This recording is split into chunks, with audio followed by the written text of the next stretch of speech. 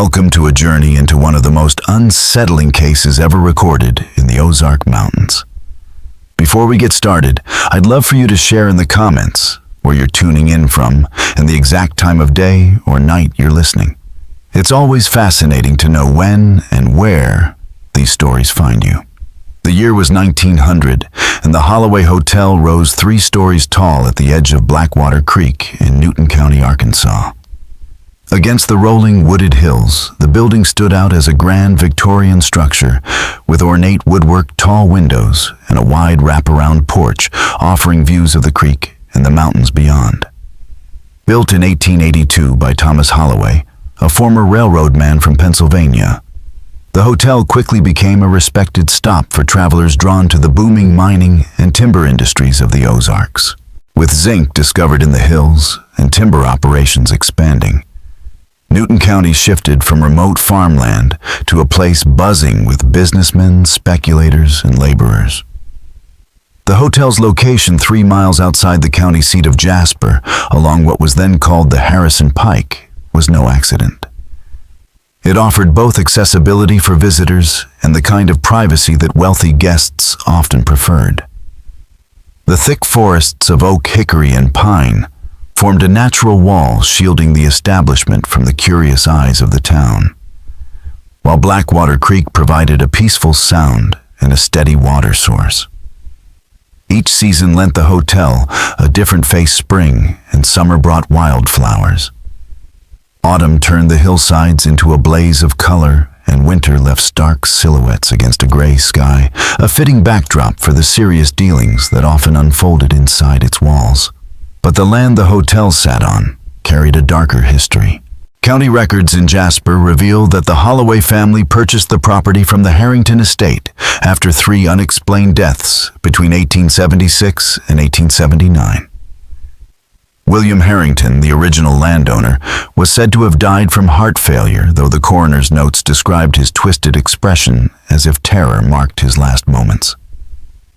His eldest son, James, supposedly fell into an abandoned well, while Elijah Peterson, the family groundskeeper, was discovered drowned at the base of the hill in Blackwater Creek, his death written off as misadventure. On March 12, 1881, Thomas Holloway acquired the 6-acre tract for barely a third of its former value. The deed included a peculiar clause from Elizabeth Harrington, the widowed seller, insisting that certain underground features remain untouched in line with family tradition. That condition was crossed out and initialed, suggesting Holloway refuse the restriction. Elizabeth moved to St.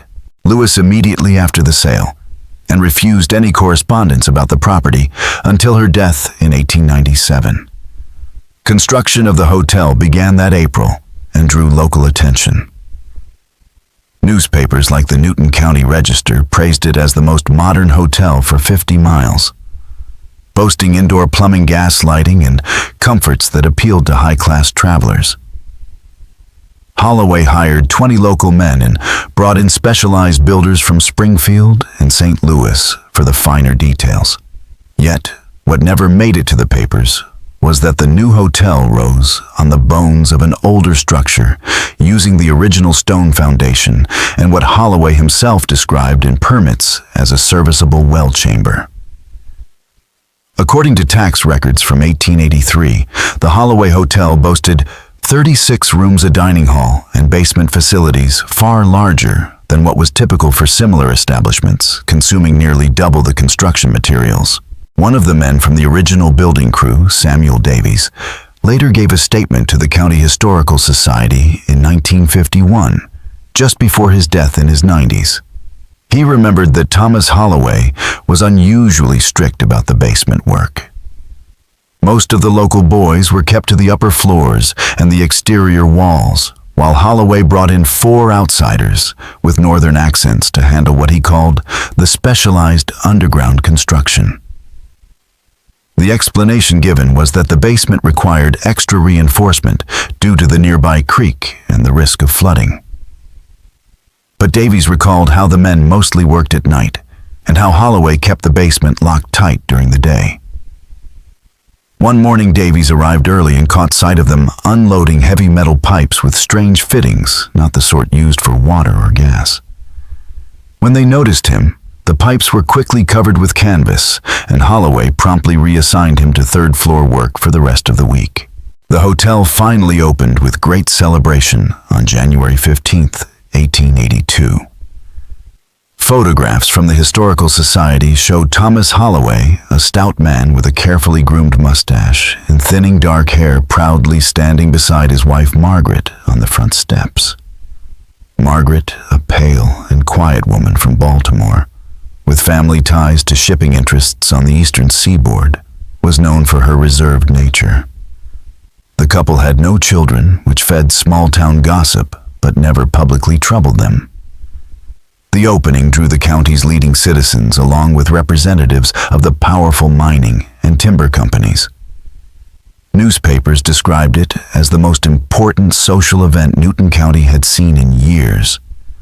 Proof that the once isolated region was finally catching up to the amenities of more established places. For nearly 2 decades, the Holloway Hotel thrived. Praised for its comfort, cleanliness, and respectability, business filings showed steady growth through the 1880s, a dip during the 1893 financial panic, and a solid recovery afterward. Thomas Holloway became an influential man in town, serving on the council, donating to community projects, and funding improvements like the schoolhouse in 1887 and courthouse repairs in 1890. On the surface, there was no sign of trouble. But later evidence revealed that Holloway kept a second set of books, ones that told a far darker financial story. Letters found among the papers of Joshua Williams, president of the First National Bank of Jasper, showed that by late 1898, Holloway was badly overextended from risky mining ventures. In one letter to his brother dated November 22nd, 1898, Williams described how Holloway had begged for more financing, only to be turned away after repeated failures. Williams wrote that Holloway left muttering about alternative arrangements and hinted his situation was worse than most people knew. A separate ledger, uncovered in 1964, confirmed that by early 1899, the hotel was deep in debt, 3 months behind on its mortgage, and with suppliers threatening to cut off credit. Holloway's own handwriting recorded his desperation as he chased investors in St. Louis and Kansas City. A chilling entry from February 1899 read, "All conventional avenues exhausted. Must consider M's suggestion regarding Baltimore connections, though the humiliation would be considerable." The first public sign that something was wrong came a year later. On April 17th, 1900, the Newton County Register ran a tiny notice about the disappearance of Mary Carver, a 29-year-old seamstress from Springfield, who had been staying at the hotel while working for several prominent families. The blurb was short, tucked between ads for patent medicines and a farm sale, and simply said, "Miss Carver had left town without notice." At the time, no one raised an alarm. Women often moved suddenly in those days, chasing work or opportunity. What the paper didn't mention was that she had left her sewing kit, her patterns, and even a half-finished dress for the daughter of County Commissioner Harold Williams behind in her hotel room, items no seamstress would abandon if she intended to leave. Mary Carver's belongings were discovered in room 31 on the eastern wing of the hotel's second floor by a chambermaid 2 days after she was last seen having dinner in the hotel restaurant. The maid, later identified as Mary Ellis, brought the discovery to Thomas Holloway, who assured her he would notify the authorities. Yet, no official report was ever filed. It wasn't until 10 days later, when Commissioner Harold Williams inquired about the unfinished dress his daughter had commissioned, that the matter resurfaced. His personal journal, later uncovered in 1964 by his grandson, recorded the April 27th entry, "Called upon Thomas Holloway today regarding the Carver woman's disappearance." Elizabeth's dress remains unfinished, and Mrs. Williams is most displeased. Holloway claims the woman departed without notice, leaving her possessions behind, which he disposed of as abandoned. When I suggested this seemed inconsistent with a professional seamstress's reputation, he grew agitated and insisted she had mentioned Kansas City. I find the explanation unsatisfactory, but see little to be gained from further inquiry into a dressmaking matter. He ended the note with a comment about arranging Madame Ellsworth to finish the dress at considerable extra cost. To Williams and to much of society at the time, the disappearance of a single woman without local family ties was not worth serious attention. Holloway's explanation was accepted, and the incident was quietly brushed aside. 3 months later, another notice appeared in the Newton County Register, this time concerning James Whitfield, a 42-year-old traveling Bible salesman. He had checked into the Holloway Hotel on June 29, 1900, but never checked out. His horse and sample case remained in the stable for nearly a week until the stable master alerted Deputy Sheriff Lionel Hayes. A brief notice published on July 8th stated simply that information was sought regarding Whitfield's whereabouts, suggesting he might have traveled on to Harrison or beyond. The official inquiry that followed was little more than routine. Hotel records placed him in room 27, but when Hayes inspected the room 2 days later, the bed looked unused. Holloway explained that Whitfield had left before dawn on June 30th, planning for a colleague from Springfield to collect his belongings. But no colleague ever appeared. Telegrams sent to the American Bible Society in St. Louis confirmed Whitfield's long and reliable employment history, and the society expressed concern, noting that abandoning his samples and horse was entirely out of character. They requested the property be shipped to their Springfield office, which effectively closed the case in the eyes of local authorities. But Hayes was not satisfied. In his private notes preserved in the county archives, the deputy admitted his suspicions were growing, especially since Whitfield's assigned room was in the same wing as Mary Carver's. What disturbed him most was not what had been found, but what hadn't. No luggage, no personal effects, no bodies. Just rooms that seemed untouched, their beds barely disturbed, as though their occupants had vanished into thin air. On July 20th, Hayes recorded another visit to the hotel under the pretense of returning papers from Whitfield's Bible case. He asked to see room 27 again. Holloway at first refused, claiming it was occupied, then admitted it was undergoing renovations after water damage. Hayes noted fresh paint on the floor near the bed, though no record of such planned repairs had appeared in previous inspections. Most curious, he wrote. By September of 1900, Hayes's doubts had hardened into alarm. 3 more guests had disappeared under similar circumstances, each case leaving behind nothing but silence and unanswered questions. By late summer of 1900, the disappearances at the Holloway Hotel could no longer be dismissed as coincidence. A young married couple from Kansas City, Edward and Lillian Barrow, checked in on August 17th with plans to visit family in Harrison before continuing on to Texas, where Edward had secured work with a cattle company. They were given room 29. A few weeks later, on September 2nd, a Chicago investor named Samuel Crenshaw arrived to explore zinc mining opportunities. He was assigned room 31, the same room once occupied by Mary Carver. None of them were ever seen again. Holloway's explanation for each case was the same: the guests had left quietly in the early morning, paying for shortened stays and taking their belongings with them. He told Deputy Hayes that many travelers preferred an early start and that the hotel even prepared cold breakfast baskets and left the side entrance unlocked for such departures. Hayes recorded these statements in an official interview on September 7th. But by October, his notes showed growing unease. Mr. Holloway's explanations grow less convincing with each incident, Hayes wrote on October 3rd.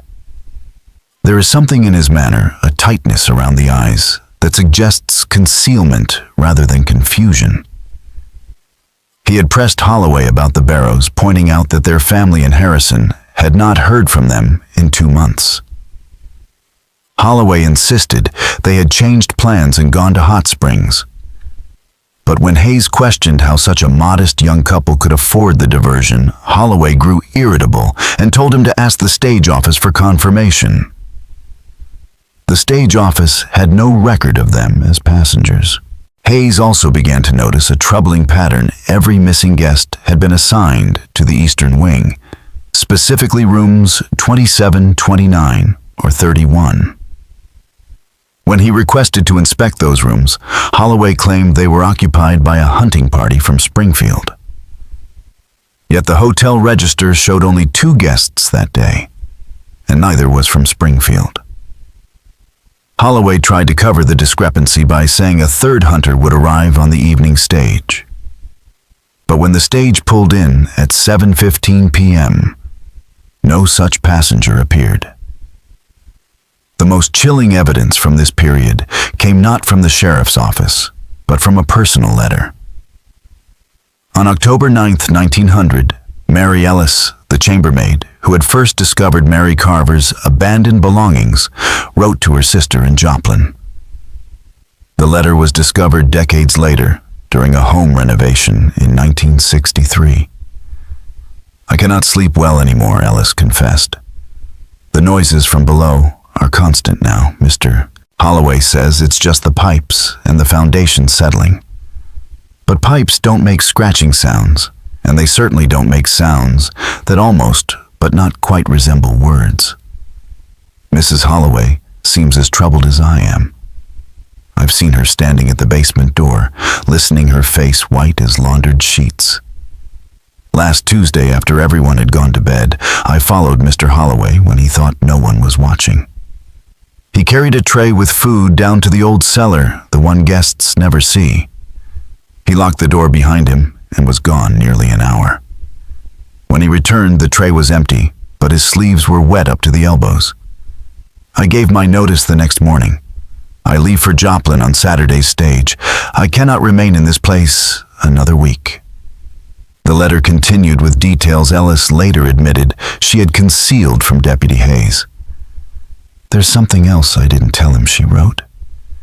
"The night before Miss Carver disappeared, I was turning down beds when I heard Mr. Holloway in his office. The door was ajar, and I saw him moving levers or switches hidden beneath his desk. He muttered to himself about preparation and mechanism engagement. When he noticed me, he slammed the drawer shut and demanded to know why I was on that floor after hours. The next morning, Miss Carver was gone, and room 31 had that strange odor like wet metal and something sour I could never place. I have smelled it after every disappearance, always in those same rooms on the Eastern Wing." True to her word, Mary Ellis left the Holloway Hotel for good on October 13th, 1900. The chambermaid who replaced Mary Ellis didn't last long. Sarah Jenkins, a local woman, quit after just 17 days, leaving behind a week's wages she never returned to collect. No written testimony of her time at the Holloway has been found. But years later, her grandson recalled in a 1967 interview with the County Historical Society that his grandmother never spoke of it directly. She wouldn't even cross the street in front of the hotel for the rest of her life. Once, when he was 12, he asked what had frightened her so badly. She looked at him for a long time before saying, "Some things hunger in ways that can't be satisfied. Some appetites only grow with feeding." After that, she refused to speak of it again. By the fall of 1900, the Holloway Hotel was still operating, but its reputation was unraveling. Local newspapers noted dwindling occupancy, and residents of Jasper, who had once considered the dining room a Sunday tradition, began to avoid it altogether. When Deputy Hayes asked why townsfolk muttered excuses about home cooking, but in private many admitted fears about the strange string of disappearances. Rumors spread about noises echoing from the basement and a sour odor lingering in the Eastern Wing.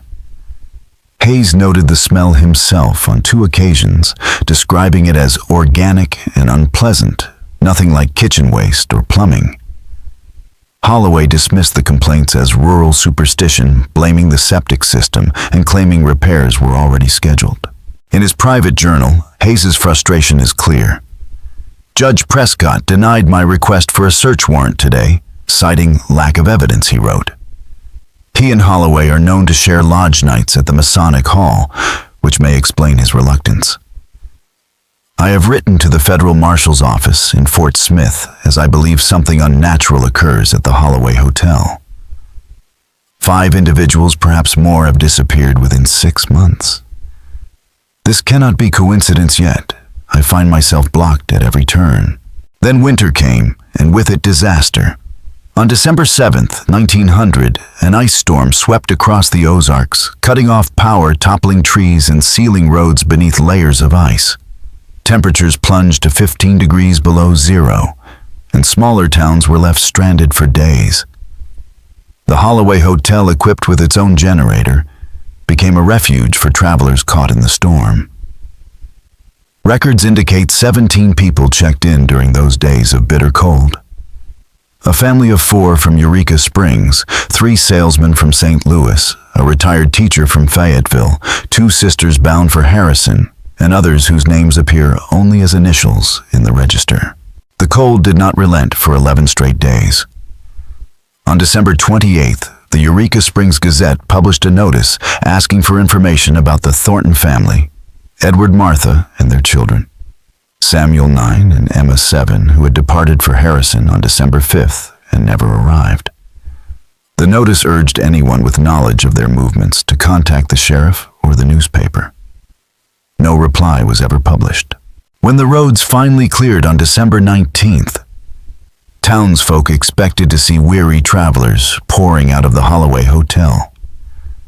Instead, only Thomas Holloway and his wife Margaret remained. They told authorities that all guests had left as soon as travel was possible. But no one in town recalled seeing a single carriage or rider depart. The stage service reported no new passengers. The train station logged no unusual ticket sales. When Hayes pressed Holloway about the Thorntons, Holloway produced a register entry stating the family had stayed only 3 nights instead of the full duration of the storm. Deputy Hayes's private journal, later recovered from his belongings, leaves no doubt about his disbelief in Holloway's story. No family with small children could have departed into weather still at 0 degrees, he wrote on December 21st. The roads remain impassable. The explanation defies both logic and human capability. That same day, he paid another visit to the Holloway Hotel, ostensibly to ask about mail delivery delayed by the storm. What he found unsettled him deeply. Margaret Holloway, usually reserved now, appeared genuinely frightened. Her hands shook as she poured tea, and she flinched violently at a sound from below, a heavy thud, followed by a scraping noise. Thomas Holloway brushed it off, claiming ice had fallen onto the cellar doors, though temperatures had not risen above freezing for days. Hayes pressed further, asking after the Thornton children, specifically wanting to know if they had seemed well when they supposedly left. At that, Margaret dropped her teacup, shattering it on the floor while Thomas's face flushed red. He snapped that all guests had departed in good health, then abruptly ended the meeting, citing business in the kitchen. Before leaving, Hayes managed a word with the cook, Mrs. Abernathy, who had worked at the hotel since it opened. She looked nervous, refusing to meet his eyes. When Hayes mentioned the noises from the basement, she whispered, "It's hungry now. More than before." Confused, Hayes asked what she meant. Glancing toward the kitchen door to make sure they were alone, she added, "The well beneath. It's always been there, but he's fed it too much. It wants more now. Always more." She refused to say another word and hurried away when Thomas returned. Convinced something was terribly wrong, Hayes submitted a formal request for a warrant. In his application preserved in county archives, he wrote, I believe there is sufficient cause to conduct a thorough examination of all rooms, storage areas, and especially the basement facilities of the Holloway Hotel.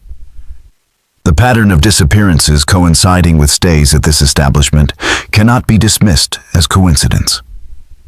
Of particular concern is the apparent impossibility of 17 individuals departing the area without detection during or immediately following the recent storm. I formally request authorization to examine all portions of the property with specific attention to areas not normally accessible to guests or the general public. The warrant was denied by Judge William Prescott. Later records revealed why.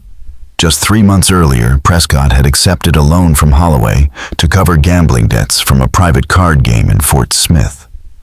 A note in the judge's personal ledger dated September 12, 1900, recorded a payment of $750 from Holloway with the cryptic annotation, "Private arrangement."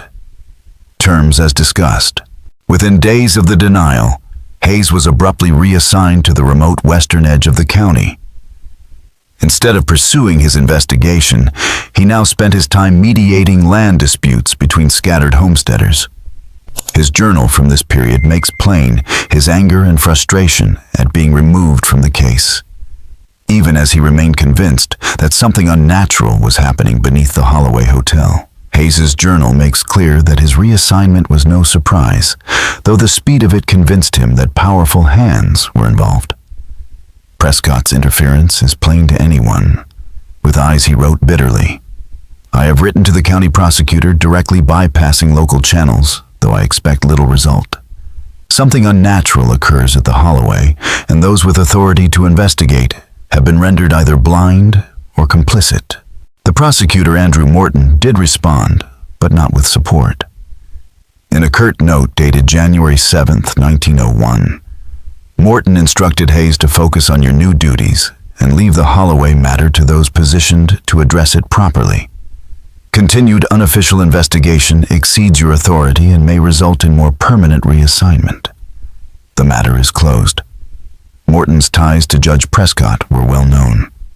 The two had been law partners before Prescott's appointment to the bench and maintained close financial and social connections. Meanwhile, the Holloway Hotel staggered on. Through the winter and into spring of 1901, its once proud reputation collapsed. Local residents avoided it entirely, and even travelers passing through preferred the humblest boarding houses or makeshift campsites over the looming half-empty hotel. Thomas Holloway, desperate for money, was spotted making repeated trips to Eureka Springs and Harrison seeking financing for renovations and expansion. His efforts failed.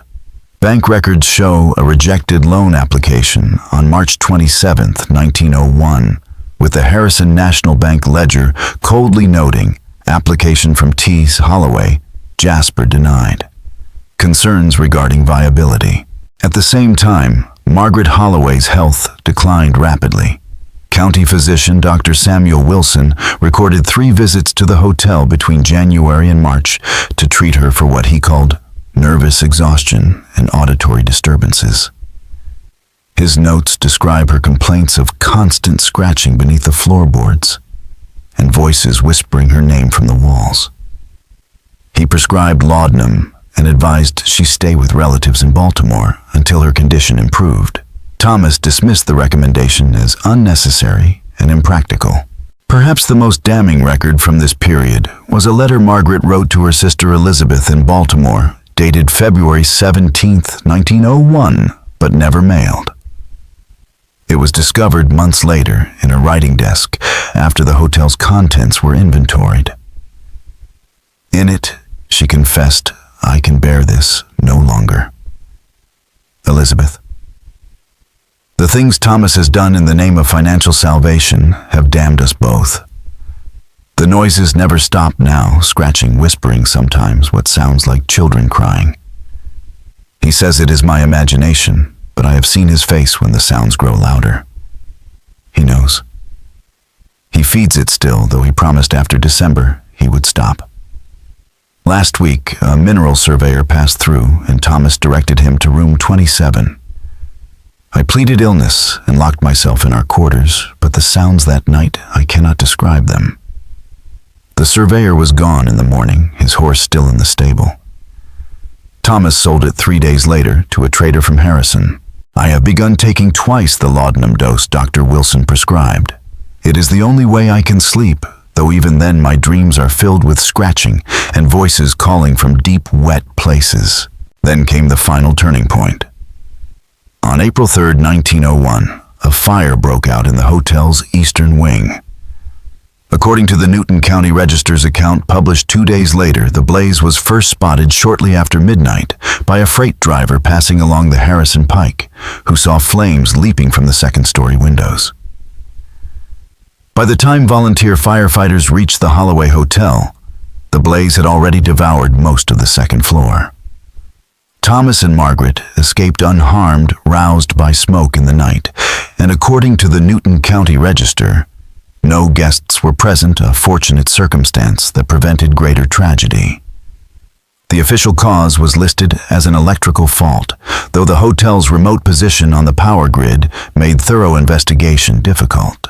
What the newspaper didn't print, but later records revealed, was more troubling. The fire began not in one place, but in 3 rooms, 27 to 29 and 31. The very rooms linked to every prior disappearance. The volunteer fire chief's report, filed with the county but never published, noted the odd concentration. Fires rarely ignite in separate locations simultaneously unless accelerant is used.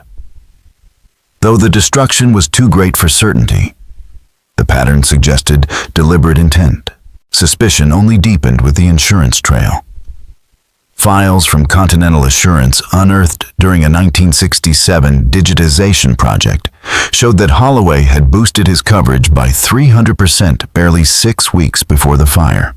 His claim was at first denied for suspected arson, but later settled for 60% of the amount requested after Judge Prescott personally intervened, writing to the company's regional director and vouching for Holloway's character and civic contributions. Rather than rebuild the Holloways, sold the property to a cousin, Elias Holloway, recently arrived from Baltimore. The deed, dated May 17, 1901, transferred the estate for a nominal fee under unusual conditions. The original foundation and basement were to remain undisturbed, and no excavation could exceed 6 feet without written approval from the seller. Shortly after, Thomas and Margaret relocated to Denver, purchasing a larger hotel in the city center with the insurance money. No charges were ever brought against them for either the disappearances or the suspicious fire. One cryptic telegram, however, survived. Sent by Thomas to Elias on June 2, 1901, and later discovered among Elias's papers, it read, "Basement remains sealed as agreed. Do not attempt access under any circumstance. Previous unfortunate events resulted from exploration below ground level. Maintain distance from eastern foundation area. Disregard local superstition, but observe practical caution regarding original structure." Had the story ended there, the Holloway Hotel might have faded into local folklore, another frontier mystery left unresolved. But in 1937, during the depths of the Depression, the past stirred again. Elias's son Frederick, pressed by the demand for affordable housing for civilian Conservation Corps workers, chose to renovate the ruin. Only the western wing and central portion had been rebuilt after the 1901 fire. The eastern wing site of the vanishings remained a blackened husk. Frederick had grown up under his father's stern warnings never to disturb the foundations, but the promise of steady income outweighed family tradition. In May 1937, he hired a crew from Springfield to clear the charred remains of the eastern wing. What they uncovered was briefly noted in the Newton County Gazette on June 17, 1937. Renovation efforts at the old Holloway property revealed an unusual architectural feature, a secondary well shaft. The report stated the shaft, about 4 feet wide, was found beside the original well in the foundation. For safety reasons, officials ordered it sealed. What never reached wide circulation were the workers' own accounts. They described the shaft as reeking of slaughterhouse rot in midsummer, its walls lined with corroded metal unlike ordinary water damage. More disturbing still were traces of mechanical construction, rusted tracks, a degraded pulley system, and fittings embedded in the stone. At some point the shaft had been sealed with concrete, but cracks revealed a black void extending at least 60 feet down into the earth. Construction foreman Henry Russell suggested the corroded metal tracks and pulley remnants might once have been part of an early elevator system, though why such a mechanism would be hidden inside a sealed well shaft remained a mystery. The story might have faded quickly, if not for a letter to the editor published 3 days later by Oliver Hayes, son of the late deputy. His words were calm, but pointed. He reminded readers that his father had long suspected something hidden beneath the Holloway Hotel, something tied to the unexplained disappearances of 1900. While I have no personal knowledge of these matters, he wrote, I believe it would be a disservice to those who vanished to seal away what may be the only remaining evidence without proper examination. Oliver's letter prompted a brief response from Sheriff William Garrett, who inspected the site on June 22, 1937. His official report, filed but never printed, dismissed the matter outright. Secondary shaft appears to be nothing more than an abandoned well predating hotel construction. Mechanical components consistent with period well-drawing machinery.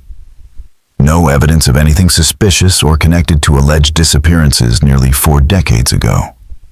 Recommends sealing for safety. The shaft was promptly filled with concrete, and no further inquiry was made. In the midst of Depression-era austerity, county officials had little appetite for costly investigations into old legends. That September, Frederick Holloway reopened the property as a boarding house. It functioned without incident until 1943, when wartime rationing rendered it unprofitable. The building then served as storage for military equipment during the war, before falling into disuse. Official records mention nothing unusual, yet oral histories collected decades later suggest the workers who sealed the shaft experienced things they never spoke of publicly. Robert Johnson, who operated the concrete mixer, recalled in a 1960s interview, "That hole wasn't right. When we cracked the seal, air didn't rush out. It rushed in like the shaft was inhaling. It made this sound, not wind, exactly more like hungry. We poured nearly twice the concrete the engineers calculated, but it still sank. They said there must be side chambers.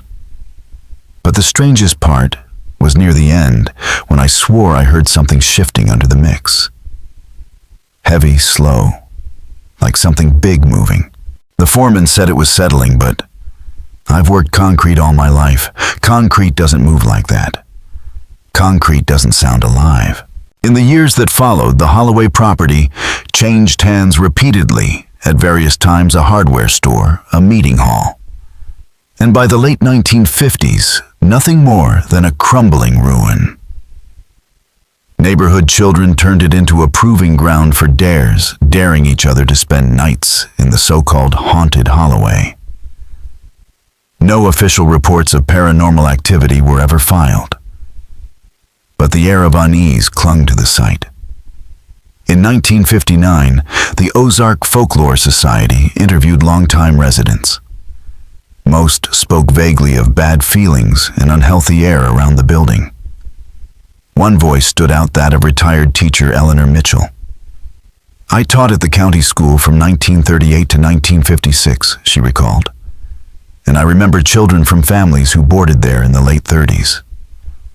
They always looked pale, tired, and unsettled, as though the place itself drained the life out of them." Former teacher Eleanor Mitchell remembered the children who boarded at the Holloway property in the late 1930s as pale, restless, and haunted. They came to school exhausted, she told interviewers, always saying they couldn't sleep because of noises in the walls.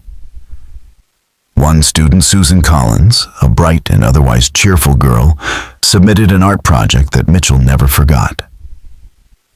The drawing depicted the Holloway building, its foundation stones, sprouting faces twisted in silent screams. When asked about it, Susan explained matter-of-factly, "That's where the hungry people live. They scrape at night looking for food." Her family relocated to Springfield the following month. Decades later, in 1962, the Ozark Historical Society purchased the Holloway property, using a grant from the State Historical Commission, intending to restore it as part of a preservation initiative. To assess its historical significance, they hired architectural historian Raymond Chandler. From the outset, Chandler noticed troubling inconsistencies. The original blueprints filed in 1882 showed a single well in the northwest corner of the foundation. But in reality, the structure contained evidence of 3 separate shafts. The original well, the secondary shaft unearthed in 1937, and a third previously undocumented opening beneath what had once been the hotel kitchen. Chandler's notes preserved in the Society's archives record his unease. The third shaft was unlike any well he had ever documented. It was narrower than a man's shoulders and sloped downward at an angle instead of dropping vertically. More unsettling, its walls were lined with metal rather than stone, the surface corroded and pitted as though exposed to something highly acidic. "This is not consistent with any water well technology of the 1880s, Chandler wrote, "nor with any subterranean construction I have encountered in 23 years of architectural documentation in the Ozark region." Even stranger was the geometry. The 3 shafts formed a triangular pattern with precise spacing, suggesting deliberate design rather than piecemeal additions. Narrow stone-cut channels, each 3 inches deep, radiated outward from the shafts, toward specific points in the building's footprint, as though meant to carry pipes or conduits that had long since vanished. The eastern channels aligned exactly with rooms 27, 29, and 31, the rooms forever linked to the hotel's disappearances. Chandler also discovered anomalies in the floor construction. His measurements revealed that the second-floor rooms in the eastern wing, the same 3 rooms, had floors roughly 8 inches thinner than architectural standards allowed, yet without any change to the ceilings below. "This suggests deliberate modification during construction," he wrote, though for what purpose is unclear. The alterations raise both structural and practical concerns. The Historical Society, limited by budget, postponed investigation of the shafts until the main structure could be stabilized. Restoration proceeded haltingly through 1963, with much of the labor provided by local volunteers who spent weekends under Chandler's direction, replacing beams and shoring up the building's sagging frame. In April of 1964, the Holloway restoration project took a shocking turn. While removing warped flooring from what had once been the hotel's private dining room, workers uncovered a small copper box hidden beneath the subfloor. Its simple clasp still held, and inside they found a water-damaged, leather-bound journal. Later catalogued by the Ozark Historical Society, the volume was identified as belonging to Thomas Holloway. Though many pages had been torn out and others destroyed by moisture, what survived painted a chilling picture of financial collapse, strange discoveries, and ultimately terrible acts committed in the name of survival. The earliest entries from February 1899 reveal a man spiraling into desperation. "The investments in the mining operations have yielded nothing but debt," Holloway wrote. 3 years of work, and we stand to lose everything. The Simmons property proved worthless, and the Matthews claim flooded beyond recovery last month. The bank has already called in 2 notes, with a third expected by summer. M speaks of returning to her family in Baltimore. "But I cannot face such humiliation. We have perhaps 3 months before foreclosure becomes inevitable." A month later, on March 17th, his tone shifted dramatically. "The Harrington woman's warning suddenly makes sense. Behind the old stone wall in the northeast corner of the cellar, I discovered a passage leading to a chamber unlike anything I have encountered.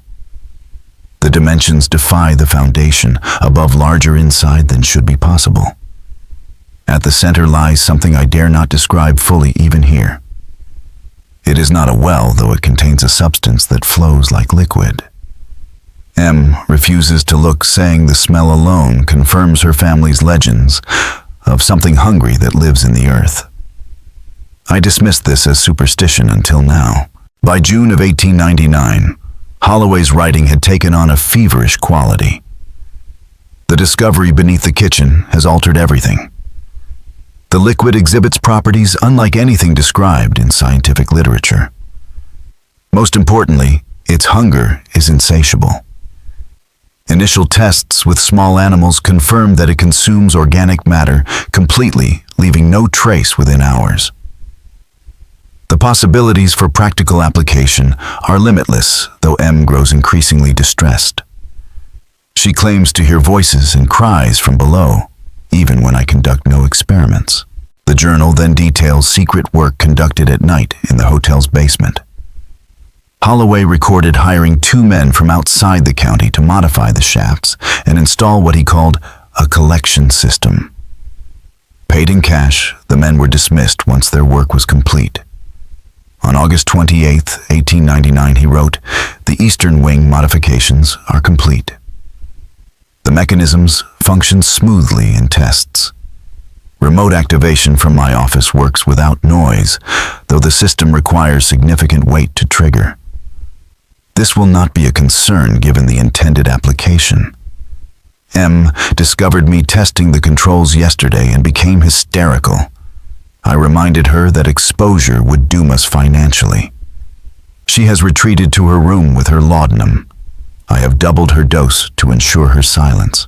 A final legible entry, dated September 5, 1899, described the physical modifications. The secondary shaft now connects to the primary chamber through channels carved into the bedrock. The limestone yielded more easily than expected, almost as if it wanted to give way. Holloway's journal grows most unnerving when he describes the behavior of the substance itself. Once the channels were opened, he noted the liquid did not simply settle into the shafts it climbed. It flowed upward against gravity, he wrote, coating the new surfaces as though curious about the expansion of its domain. Holloway ensured the workers never saw this, sending them away before the final connections were made. Some things, he admitted, are not meant for casual observation. The channels soon stabilized, forming reservoirs in each of the 3 shafts. Though connected, each pool displayed slightly different properties, but all shared the same fundamental trait: consumption. The entry, dated September 10, 1899, is the most chilling. The system is complete. The 3 access points have been disguised as water wells, though only the northwest shaft provides water. The eastern shaft connects directly to rooms 27, 29, and 31, just as the kitchen shaft connects to the private dining room. When the floor mechanisms are activated, everything above vanishes below. Margaret Holloway was horrified, but Thomas framed his actions as necessity. To test the system, he began with livestock. The well accepts everything he recorded. The sounds afterward were unexpected, but ceased within hours. The substance digests not just flesh and bone, but all organic matter, wood, leather, fabric. Only metal remains, and even that corrodes with time. I have designed a retrieval system for valuables before they are destroyed. Our financial salvation is assured provided we select candidates carefully. What followed was not speculation, but a ledger of death. Beginning in April 1900, the journal documents contributions to the wells in cold, methodical fashion. Each entry lists only initials, a room number, the occupant's approximate weight, and the time required for processing. The first, dated April 12, 1900, reads, MC Room 31, approximately 130 pounds, processing complete within 6 hours. No residual effects. Well, satisfaction evident in quietude. Financial benefit: recovered personal effects valued at $37 in addition to paid room rate. No inquiries expected. Subject had no local connections. Mechanism flawless. Activation from office silent to adjacent rooms. M took additional laudanum and claims no knowledge of events. Subsequent entries are just as clinical. On June 30th, 1900, Holloway noted JW room 27, approximately 180 pounds. Processing required 9 hours longer than anticipated. Mechanical noise from beneath floor necessitated explanation to guests of building settling. Financial benefit: horse and sample case sold in Harrison for $41 plus recovered currency of $17. Subject's employers may inquire eventually, but connection to this establishment unlikely. Holloway closed the entry with a troubling observation: M increasingly agitated, despite increased laudanum. Claims to hear scratching sounds from basement, even when I detect nothing. By August, the entries turned to the young married couple from Kansas City. Their fate, too, was reduced to measurements, time calculations, and the cold language of profit. The most chilling entry regarding the Barrow couple is dated August 1900, EB and LB room 29. Combined weight approximately 310 pounds. Largest contribution to date. Processing required 14 hours and produced unusual effects. Substance level in all 3 shafts rose noticeably. Luminescence observed for approximately 20 minutes following complete dissolution. Most troubling were auditory phenomena. Distinct vocalizations from the primary chamber for nearly an hour afterward. M heard these clearly 2 floors above, despite laudanum sedation. She became hysterical, requiring restraint and further dosing. I may need to consult Dr. Wilson about a more permanent solution to her instability. The most horrifying entries come from December 1900 during the Great Ice Storm. On December 11th, Holloway wrote only, "Today was most productive." Rooms 27, 29, 31, 14, 16, and 22 all activated. Total approximate weight 1040 pounds. The well feasts. Processing ongoing through night. Sound levels higher than previous, but storm covers adequately. M took laudanum and retired early. Financial benefits substantial. The children were unexpected additions, but necessary given circumstances. The Thornton family particularly lucrative. Jewelry, pocket watch, and travel funds totaling nearly $200. This resolves all debts with sufficient remainder for relocation. A week later, on December 18th, Holloway's tone shifted. Something has changed. Since the December 11th contributions, the substance level has risen in all shafts, nearly reaching the basement floor. Luminescence now constant. Most concerning are the sounds no longer scratching or isolated voices, but coordinated phonation. M claims she can distinguish words, even her name. I insist this is impossible. She is dependent on laudanum. Yet, the quality of the noises has altered. The substance is thicker now, textile in appearance.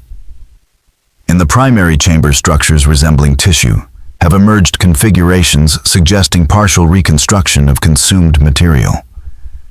This was not observed before. It indicates a fundamental change. The final legible entry is dated March 18th, 1901. M can no longer bear it. She swears the voices spoke words last night. I reminded her that nothing returns from the well's embrace, but even I admit the noises have changed. Perhaps we have been too greedy. Perhaps the well has limits we have exceeded. We will cease operations and depart as soon as arrangements are in place. Denver offers opportunity without this burden. M insists we burn the eastern wing before leaving to prevent continuation of what she calls the cycle. I have agreed.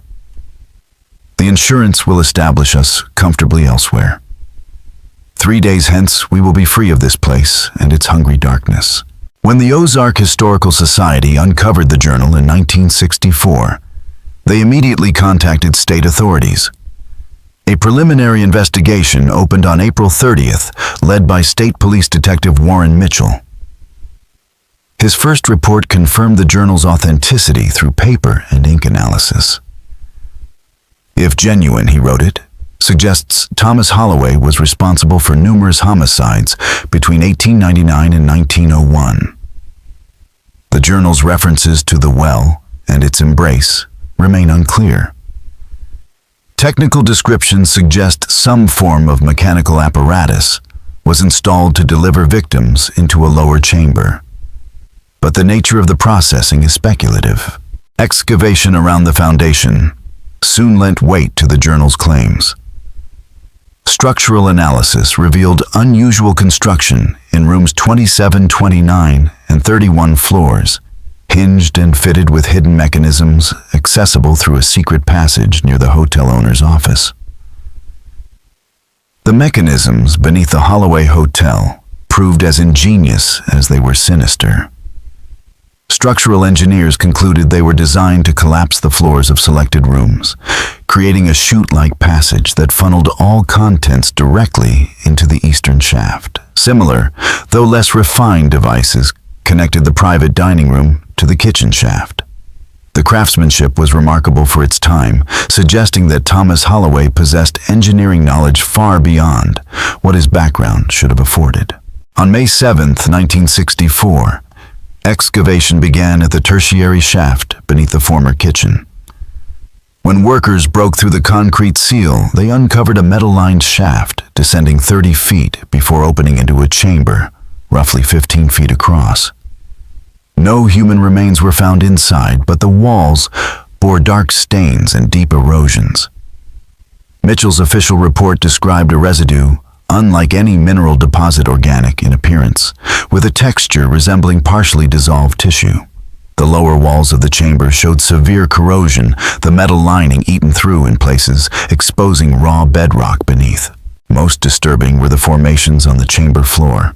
Mitchell noted, and photographs later sealed in the state archives confirmed raised structures composed of a material resembling calcified tissue.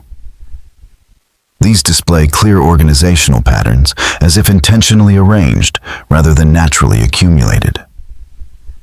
Several bear striking resemblance to human anatomy, finger-like projections, curved shapes analogous to cranial structures, and one partial facial outline, with indentations where eyes and nose should be. Geological experts could offer no natural explanation. Forensic analysis conducted on May 21st confirmed trace elements of human hemoglobin embedded in the chamber walls. Samples also revealed an unidentified organic compound that had degraded the metal lining. Biochemist Dr. Eleanor Simmons identified it as enzymatic in nature, bearing superficial resemblance to digestive fluids of carnivorous plants, but magnitude stronger. Alarmingly, the substance remained chemically active despite decades of exposure. In controlled tests, it dissolved bone and hair completely within hours. More unsettling still, Simmons observed a behavior that defied known biology. Rather than merely breaking down tissue, she wrote the substance briefly organizes digested material into cellular structures before dissolution. Microscopic examination reveals recognizable patterns forming cells, fibers, even partial tissues before they collapse. This organizing phase has no parallel in known biochemistry and suggests a capacity beyond digestion. Excavation pressed onward. By June, workers had uncovered a system of pipes linking the 3 shafts, apparently designed to circulate the liquid between reservoirs, beneath rooms 27, 29, and 31. Investigators discovered the full mechanism, hinged trap doors that tilted at a 45-degree angle, when triggered, dropping entire beds and their occupants into the waiting shaft. The levers that controlled these traps were concealed within a passage behind the hotel owner's office. Mitchell's team also found a hidden room behind the kitchen pantry. Inside, shelves still held personal belongings, jewelry, watches, wallets, and other effects matching reports from families of the missing. A leather-bound ledger rested on the shelf, its entries corresponding with the disappearances. Each item had been cataloged with precision, followed by notes on its sale or disposal. Detective Warren Mitchell's final report, submitted August 12, 1964, left little doubt. Evidence suggests Thomas Holloway modified the hotel to facilitate the murder of selected guests, primarily those unlikely to be immediately missed. Traveling salesmen, unmarried women, and couples without local connections. Victims were dropped through trapdoors into a shaft leading to a chamber beneath the building. What occurred in that chamber remains speculative, though chemical analysis indicates the presence of a highly corrosive substance capable of destroying organic remains. Conservative estimates based on hotel records suggest as many as 27 individuals may have been victims between April and December of 1900. The report recommended locating Thomas and Margaret Holloway, but preliminary inquiries revealed both were long dead. Margaret in 1910. Thomas in 1917. Margaret's death was recorded as the result of nervous exhaustion. But hospital archives from St. Mary's Sanitarium in Denver tell a darker story. Admitted in June 1908, she was described as suffering auditory hallucinations, agitation, and paranoia. Her attending physician, Dr. James Harrington, unrelated to the Arkansas Harringtons, recorded a remarkable interview on September 3, 1908. In the transcript, Margaret confided, "They're not gone, you see. The well doesn't consume them. It transforms them. They become part of it. At first, I only heard scratching, then tapping, then my name. Now they speak in sentences. They know things they shouldn't, private thoughts, conversations. Their learning growing stronger." Thomas fed it so many during the storm. The children were the worst. Their voices are clearest. They follow us. Denver isn't far enough. Nowhere would be. She went on to describe visitations figures that seeped through cracks and drains, faces and hands forming out of smoke and liquid, sometimes brushing against her skin. "One touched me last night," she whispered. "Cold, wet fingers, small like a child's. They're learning to reach through. Distance doesn't matter anymore. They've found us, and they're still hungry." By late 1964, the investigation had stalled. With no remains to present, and the trail grown impossibly cold, funding was redirected to more pressing cases. The Historical Society, rattled by the discoveries and wary of liability, sold the property to the county in March 1965. The story might have ended there, another grim historical footnote, if not for what happened in 1968. Developer Conrad Westfield purchased the land intending to demolish the decaying structure and replace it with a modern roadside motel. During demolition in February, workers accidentally breached the sealed primary well shaft. According to an incident report filed with county authorities, but never released publicly, Foreman George Milner ordered one of his crew, Joseph Keene 34, to descend on a harness and inspect the shaft before removal. Keene was lowered about 40 feet when the radio contact abruptly cut out. 7 minutes later, he was pulled back to the surface. He was alive but incoherent, trembling and gasping, as though frozen with terror. Taken to Regional Medical Center, Keene was treated for shock and what doctors called hallucinatory trauma. Medical records note he repeated one phrase over and over: "It's still alive down there. The well isn't empty." Pressed for details, he described movement in the darkness. Something vast, something that spoke without a mouth. Nurses reported he tried to stuff cotton from his pillow into his ears, pleading, "It knows my name now. It's calling me." The most detailed account of Joseph Keene's ordeal comes from Dr. Michael Reynolds, his attending physician. Reynolds' private notes, later obtained by investigators, describe a patient suffering symptoms of profound psychological trauma. Physically, Keene showed only minor abrasions, likely caused by being hauled up through the shaft. But his insistence on what he experienced disturbed even the doctor.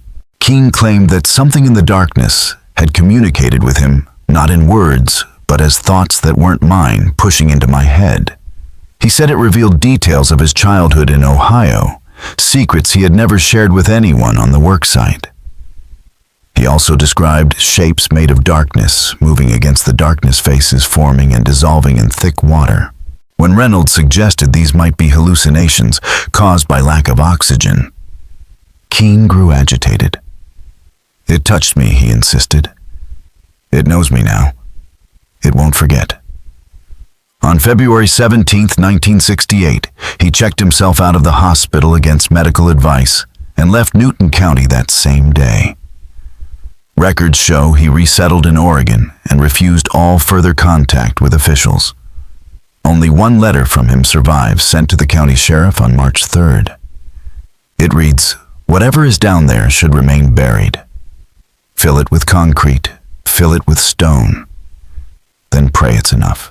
Conrad Westfield abandoned his motel development within weeks, citing environmental complications. The county repossessed the land and moved quickly to seal the shafts. In March 1968, 30 cubic yards of concrete were poured into the openings.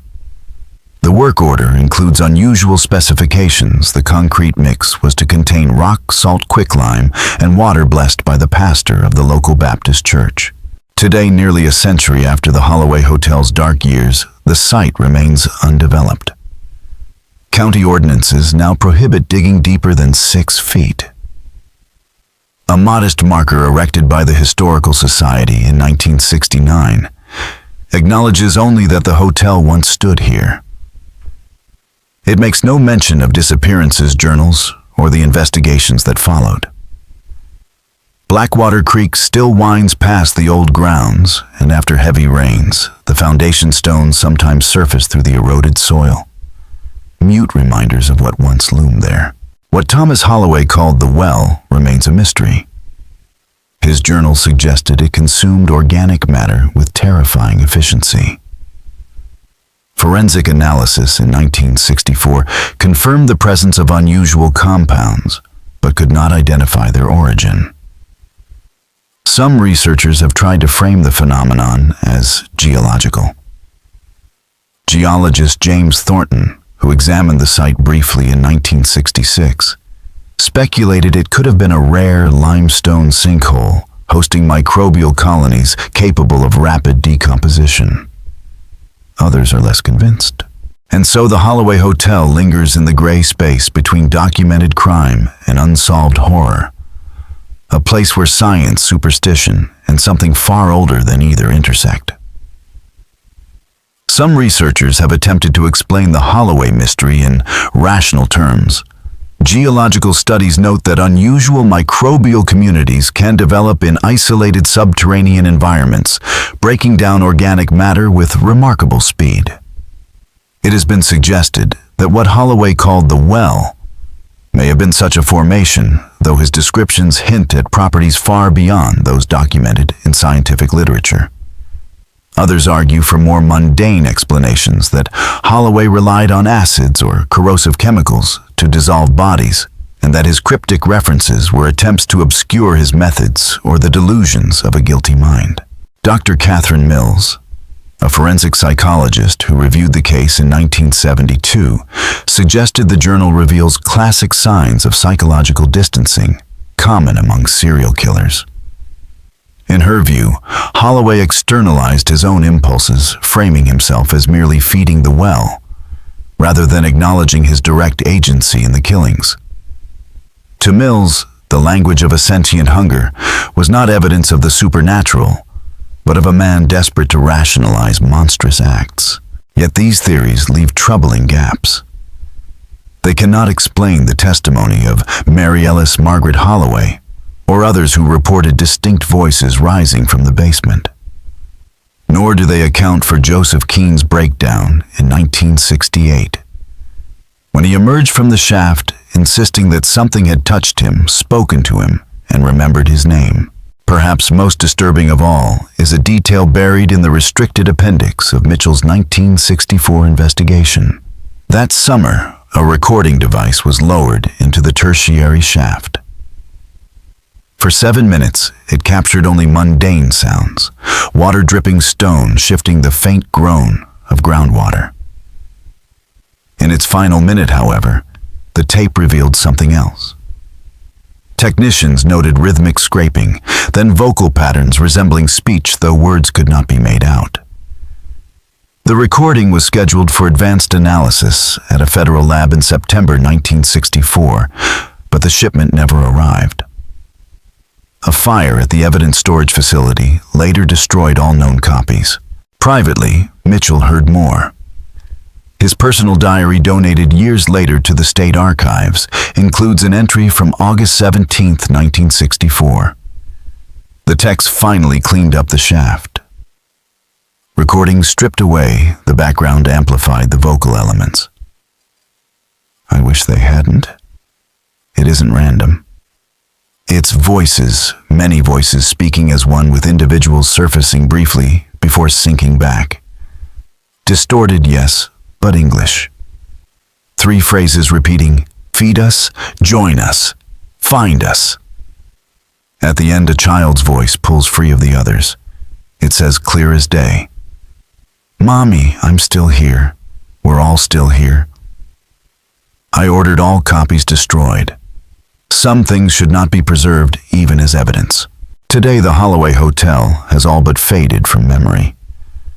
The land is an unremarkable wooded lot, surrounded by chain-link fencing, marked only by a plaque acknowledging a long-gone hotel.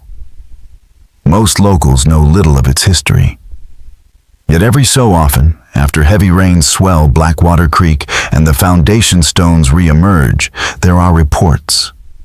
Hikers whisper of liquid churning, of metallic scraping deep beneath the soil, and sometimes of words carried just at the edge of hearing. One park ranger interviewed in 1966 recounted an experience near the site. I was checking boundary markers after a flood.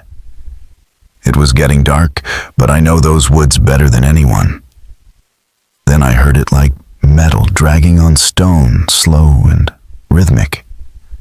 After that whispering, not English, but not foreign either.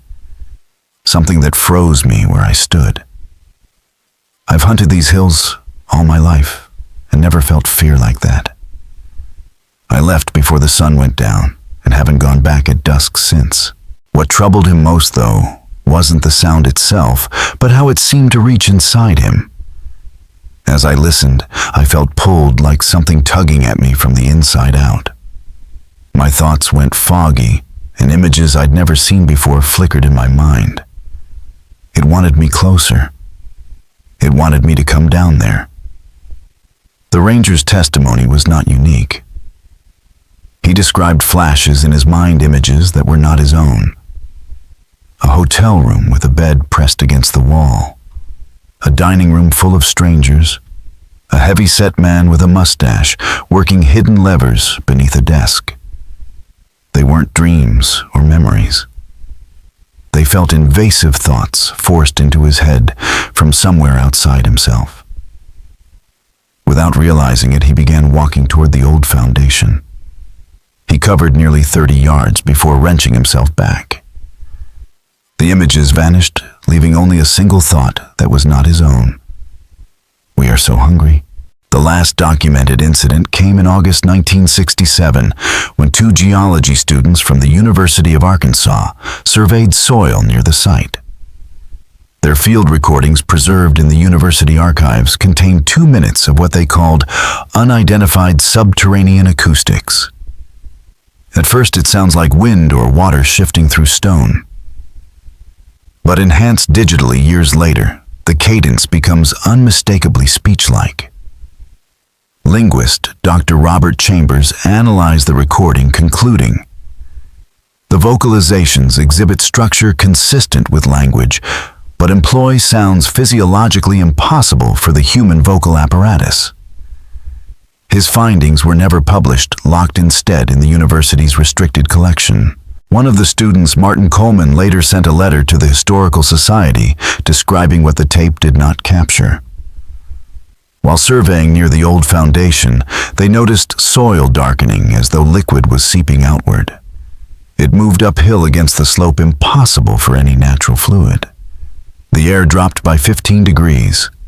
Insects in the soil began swarming into shapes that resembled letters, half-formed words that dissolved before they could be read. When they tried to photograph it, every camera failed at once. The strange discoloration withdrew only when another hiker approached, calling out from the trail, breaking whatever presence had been gathering there. Coleman admitted they had omitted these details from their report, fearing ridicule. So what speaks beneath the ruins of the Holloway Hotel? What waits in the darkness of a well that feasted on human lives? Perhaps it is nothing more than wind moving through hidden caverns, or water groaning through long collapsed pipes. Perhaps it is the imagination giving voice to echoes of past horror. Or perhaps Thomas Holloway was right. Perhaps what he discovered beneath his hotel was never simply a means of disposal, but something older and far more patient. Something that accepted his offerings for its own ends, something that still waits, sealed beneath concrete and timbers beneath Blackwater Creek's shifting soil, waiting and hungry. The investigation files still sit in the Newton County Archives, locked away and accessible only by special permission. Few ever asked to see them. The land itself remains undeveloped, protected by ordinances whose original purpose has long been forgotten. Yet beneath the soil, something may still be digesting its last meal. A meal of 27 souls delivered by a desperate hotelier who learned too late that some hungers once awakened never diminish. In the decades since every attempt to develop the property has failed, paperwork vanishes, equipment breaks down, investors walk away. Locals speak of the land as cursed, though most no longer remember why. Only a handful of elderly residents still recall the whispers their grandparents passed down of the Holloway Hotel, and the guests who checked in but never left. The final state report, dry and clinical, recommended against future construction, citing unstable subterranean conditions of indeterminate origin. The geologist who authored it later refused to elaborate, telling historians only. Some places in this world are best left alone. The Historical Society unearthed an addendum never meant for public release. Soil samples from the foundation contained anomalies inconsistent with local geology. The last official document, a 1969 survey, described subsidence patterns in the soil and the presence of an unidentified organic compound. In laboratory tests, that compound penetrated concrete and corroded metal. Most unsettling of all, it reacted to living tissue. When placed near a mouse, the substance oriented toward it and grew chemically active, as if aware of its presence. The implication was unavoidable. Conventional containment may never be enough. Today, Blackwater Creek still flows past the overgrown lot where the Holloway Hotel once stood. Trees have claimed the ruins, their roots prying apart the last of the foundation stones. Yet beneath that quiet surface, sealed under concrete and salt, something remains, waiting, remembering, and hungry. But nothing grows directly above the places where the shafts were sealed. 3 barren circles remain stark against otherwise thriving vegetation, as though the earth itself refuses to conceal what lies beneath. And sometimes, if you stand at the edge of the property on a still night when the creek runs low and the wind holds its breath, you might hear it. Not quite scratching, not quite whispering, something in between, something that remembers, something that waits. The last known report came from a hiker in June 1968. He described stumbling across a perfect circle of dead ground, 15 feet across, centered on an old foundation stone. In the middle lay a shallow pool, something that looked like water, but moved wrong. Too thick, too deliberate. As he watched, the ripples twisted into patterns that almost resembled handwriting.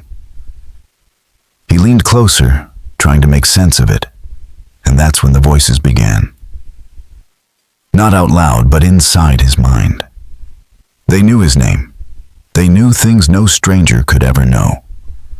They promised to show him something wonderful if he would only come closer, only reach out and touch the surface. He was already extending his hand when his dog broke into frantic barking, shattering the spell. He turned to leave, but as he did, he felt it. Fingers cold and wet brushing the back of his neck. He ran without stopping until he reached the main road. His dog never returned. The land remains undeveloped, an empty lot marked only by silence and memory. Beneath it, the well keeps its patient vigil, reaching up now and again to remind the living that it is still there. Still waiting. Still hungry. Thomas Holloway's desperate bid to save his fortune has long since crumbled into folklore, but his legacy endures as a warning. Some bargains demand costs far beyond what we imagine, and some hungers once awakened can never be satisfied.